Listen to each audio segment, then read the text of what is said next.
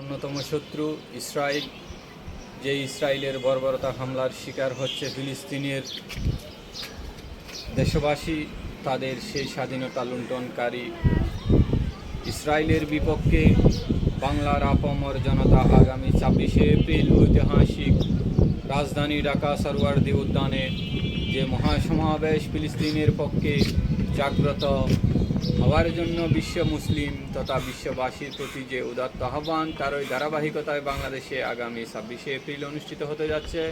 টেকনাফ থেকে তেঁতুলিয়া, রূপসা থেকে পাথুরিয়া আপামর জনতারা অংশগ্রহণ করবে। আপনাদের প্রত্যেকের প্রতি উদাত্ত আহ্বান রইল, আপন আপন জায়গা থেকে সকলে অংশগ্রহণ করবেন এবং মুসলিমদের পাশে দাঁড়াবেন। বিশেষ করে গাজা, আল আকসা সহ যে সমস্ত স্থানকে তারা মাটির সাথে মিশিয়ে দিচ্ছে, তারই প্রতিবাদে আমরা একত্রিত হব ইনশাআল্লাহ। আপনাদের প্রত্যেকের প্রতি দাওয়াত রইল। সংযুক্ত আরব আমিরাত থেকে দিদারুল আলম।